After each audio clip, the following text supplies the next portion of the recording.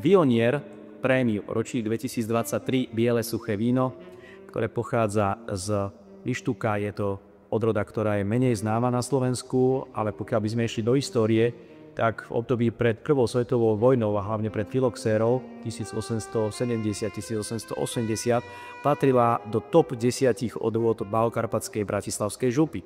Jednoznačne víno, ktoré je vhodné do tejto kamenistej až sprašovej pôdy pre výraznú koncentrovanú kyselinku a hlavne stabilnú aromatiku, ktorá pripomína tak trošku čajové lístky, jazmín, ale zároveň aj exotické noty, ktoré sú odporené citrusmi a egrešmi.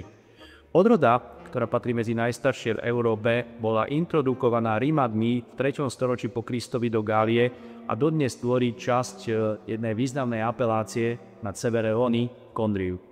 Je pravdou, že v strednej Európe ju najmä pestovali bohatí šľachtici, paludiavci, ktorí zde robili šumivé vína.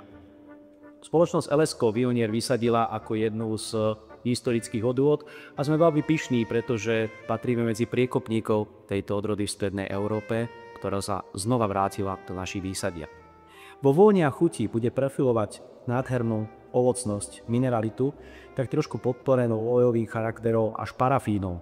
Víno spracované šetrne s kombináciou Gardelo Tosudo a takisto s redím Agnicaloch má nádhernú ovocnú kyselinku, šťavnatosť a v závere budete možno cítiť tak trošku nuancy, ktoré pripomínajú Sauvignon. Pýtate sa prečo? Sauvignon Blanc v 12. 13. storočí vznikol geneticky mutáciou tejto odrody s partnerom Sauternes Cabernet Franc. Pokiaľ budeme hovoriť o gastronómii tohto vína, nebojte sa, či už rybacie alebo aj mäsové špeciality. Osobne si myslím, že Vionier patrí k špičkovým partnerom, napríklad syrov z Mytol Quoro, a na Slovensku takéto syry vyrábajú mnohé syrárne a patria medzi veľmi obľúbené.